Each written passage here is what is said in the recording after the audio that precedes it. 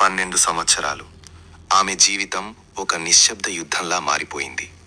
ప్రతి ఉదయం నొప్పితో మొదలై ప్రతి రాత్రి కన్నీళ్లతో ముగిసేది. రక్తస్రావం ఆమె శరీరాన్ని బలహీనపరిచింది. సమాజపు నియమాలు ఆమెను ఒంటరిగా మార్చాయి. ఎవరూ ఆమెను తాకలేరు, ఎవరూ ఆమెతో ఉండలేరు. జనంలో ఉన్న ఆమె ఒంటరిగా ఉండేది.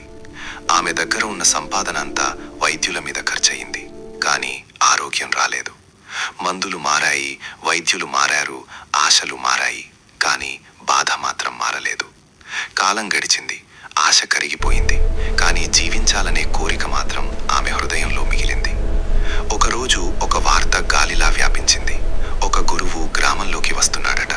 అంధులకు చూపిస్తాడట, కుష్ఠరోగులను శుభ్రం చేస్తాడట, పక్షవాతం పట్టిన వారిని లేపుతాడట. ఆ పేరు యేసు. ఆ పేరులో ఆమెకొక చిన్న వెలుగు కనిపించింది.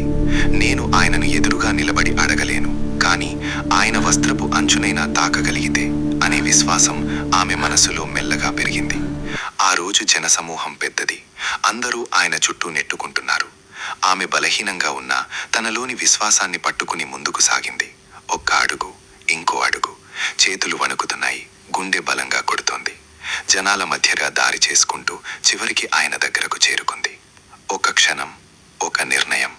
ఆమె తన చెయ్యిని ముందుకు చాపింది. యేసు వస్త్రపు అంచును తాకింది. ఆ స్పర్శ చిన్నది, కానీ విశ్వాసం గొప్పది. ఆ క్షణంలోనే ఆమె శరీరంలో మార్పు జరిగింది. 12 సంవత్సరాల బాధ ఒక్క క్షణంలో ఆగిపోయింది. ఆమె శ్వాసలో శాంతి వచ్చింది. ఆమె కళ్ళలో వెలుగు మెరిసింది. తనలో ఏదో కొత్త జీవం ప్రవహిస్తున్నట్టు అనిపించింది. ఆమెకు తెలుసు, ఆమె స్వస్థత పొందింది. యేసు ఆగిపోయాడు.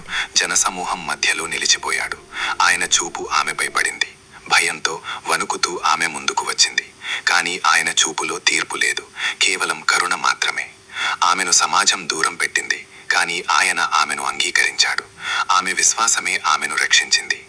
ఆ రోజు ఆమె కేవలం ఆరోగ్యం పొందలేదు, ఆమె తన గౌరవాన్ని తిరిగి పొందింది, తన స్థానం తిరిగి పొందింది, తన ఆశను తిరిగి పొందింది.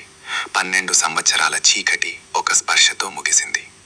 ఆమె తాకింది కేవలం వస్త్రాన్ని కాదు, ఆమె తాకింది విశ్వాసాన్ని. మరియు విశ్వాసం అద్భుతాన్ని